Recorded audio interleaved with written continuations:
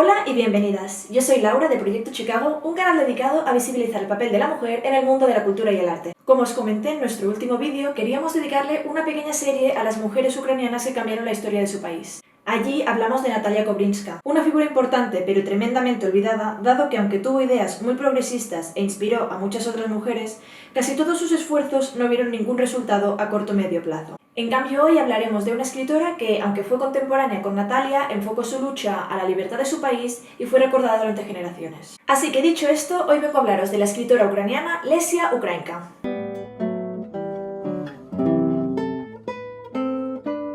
Lesia, cuyo nombre original es Larisa Petrivna Kozak, nació en 1871 en Volinia, lo que ahora sería Latsk, al oeste de Ucrania. Pensad que en ese momento Ucrania aún era parte del Imperio Ruso.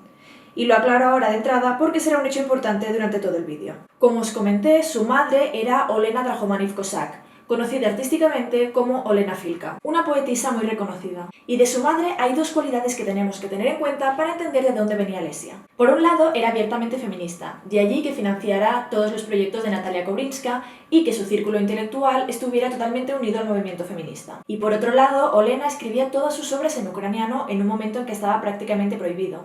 Esa era su manera de luchar por su patria y dejar claro que era independentista, cosa que la llevó a ser muy bien considerada entre los nacionalistas ucranianos. Por parte de padre, Petro Antonovich Kozak venía de una familia noble, era el jefe de la asamblea de su distrito y era un gran amante de la literatura y la pintura, así que su círculo era también muy culto.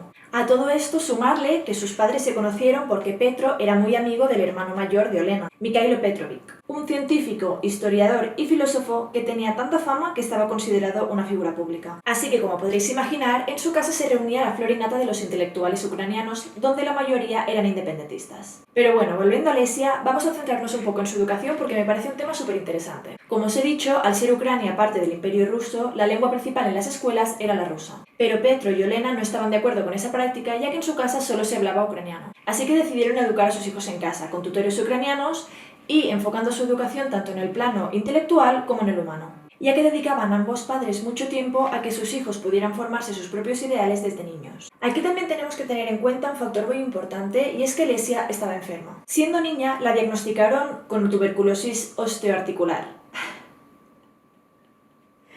lo que le provocaba muchos dolores y malestar. Así que cuando sus hermanas con la edad empezaron a entrar a las escuelas para empezar formaciones superiores, ella y su hermano pequeño se quedaron estudiando en casa un tiempo más. Lo que me parece interesante destacar es que precisamente los dos hermanos que triunfaron a nivel profesional fueron ella y su hermano pequeño. Pero bueno, la cuestión.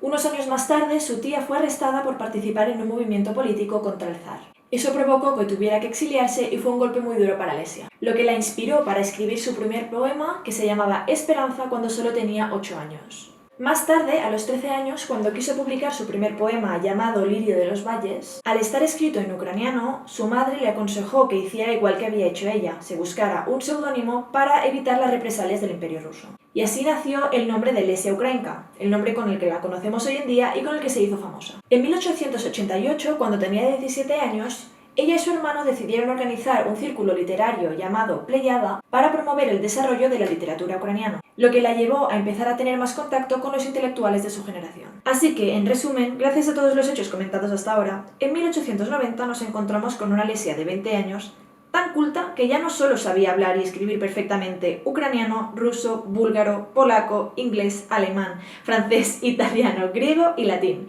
sino que además decidió escribirles un libro de texto a sus hermanas llamado Historia Antigua de los Eslavos Orientales, para que ellas pudieran seguir con su formación académica. Loco. Casi me ahogo con los idiomas. Y todo esto mientras, de forma profesional, aparte de escribir sus propios poemarios, se dedicaba a traducir las grandes obras clásicas al ucraniano. Evidentemente, aparte de artista, era también superdotada porque esto normal tampoco es. Pero bueno, siguiendo con su obra, tened en cuenta que debido a su familia y a sus ideales, Lesia era considerada la poetisa de la lucha del pueblo. La de este Banderas, tío. Sí, exacto. Y toda su obra se divide por su amor por la naturaleza, su lealtad por su patria y su lucha social. También para que lo tengáis en cuenta, que no lo he aclarado lo suficiente, escribir en ucraniano era una declaración de intenciones súper importante.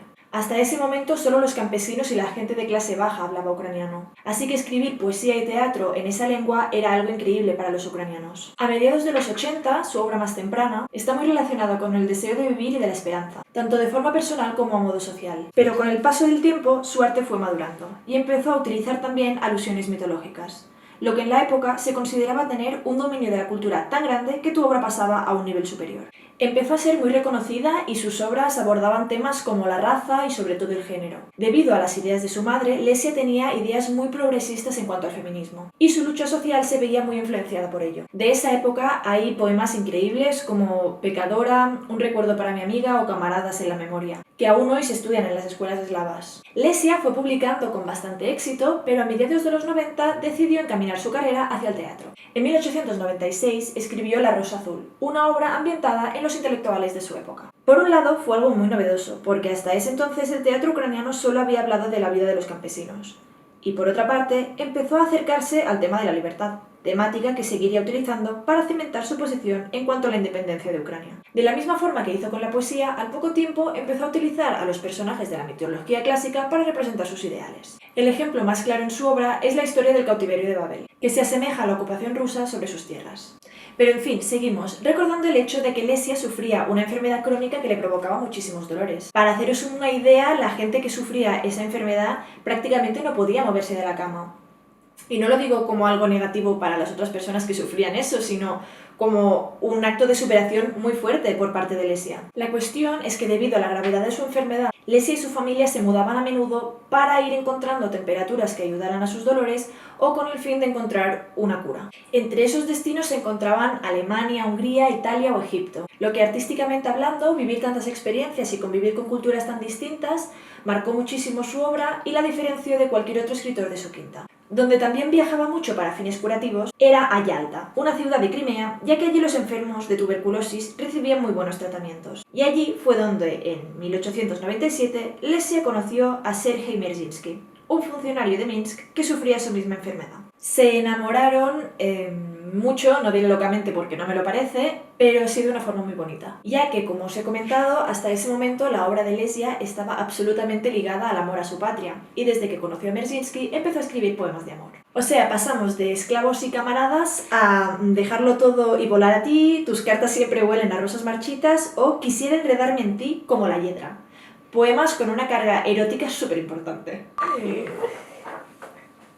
Me parecen buenísimos. Lo que pasa es que pasó lo que todos sabíamos que iba a pasar cuando os he dicho que él también estaba enfermo. Que 4 años más tarde, Merzinsky murió en su cama con Lesia a su lado llorándole hasta el final. No se sabe mucho más sobre él y la verdad que me sabe fatal que su historia durara tan poco, pero me alegro mucho de que se encontraran porque la verdad que de ahí salieron poemas preciosos. Un año más tarde, en 1902, tradujo el Manifiesto Comunista al ucraniano. De hecho, creo que la traducción que se encuentra hoy en día en las librerías ucranianas sigue siendo la suya. La cosa es que juntando eso con que se oponía abiertamente al zarismo ruso, a los pocos años fue arrestada y permaneció bajo vigilancia a partir de entonces. Un par de años más tarde publicó el poema En Catacumbas, donde criticaba abiertamente a muchos de sus compañeros, a los intelectuales de su época que no se posicionaban en contra del Imperio ruso, ya que Lesia consideraba que la función real de los artistas era crear con absoluta libertad, y que si eran sumisos y solo creaban la obra cómoda y aceptada por el poder, su castigo sería no poder seguir creando. De hecho, este tema lo siguió tocando en varios poemas unos años más tarde. En 1907 conoció a Kliment Kavitka,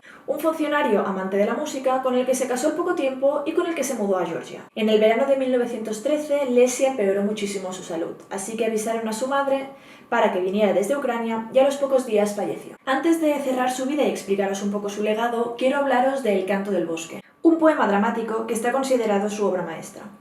Habla de la historia de amor entre Mapka, un personaje de la mitología eslava, que representa la belleza absoluta, y un humano, y señala la posibilidad de encajar nuestra vida humana, banal y a veces superflua, con la madre naturaleza, a modo de universo y eternidad. Y ahora sí, cuando hablamos del legado de Lesia, nos damos cuenta hasta qué nivel llegó a influir en su país. Solo para que os hagáis una idea, hay 5 museos en Ucrania dedicados solo a ella.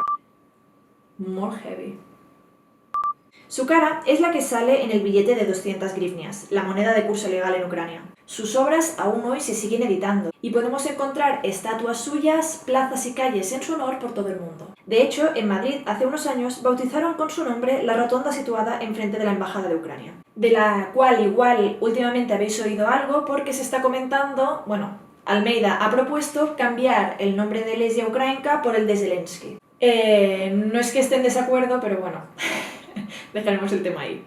Después de la biografía de Natalia Kobrinska, me alegra hablar de una mujer artista y feminista que sí fue valorada, apreciada y recordada. En la descripción voy a dejaros una biografía de Lesia escrita por un autor español especializado en literatura ucraniana. Y lo más interesante y a la vez lo más importante es que voy a dejaros un enlace a su libro Canción del Bosque, traducido al español en formato Kindle, que editaron hace poco para destinar todos los beneficios al apoyo al pueblo ucraniano. Y bueno, dicho esto, espero que hayas disfrutado esta pequeña biografía con nosotras. No olvides suscribirte si te interesa este tipo de contenido y nos vemos en el próximo vídeo.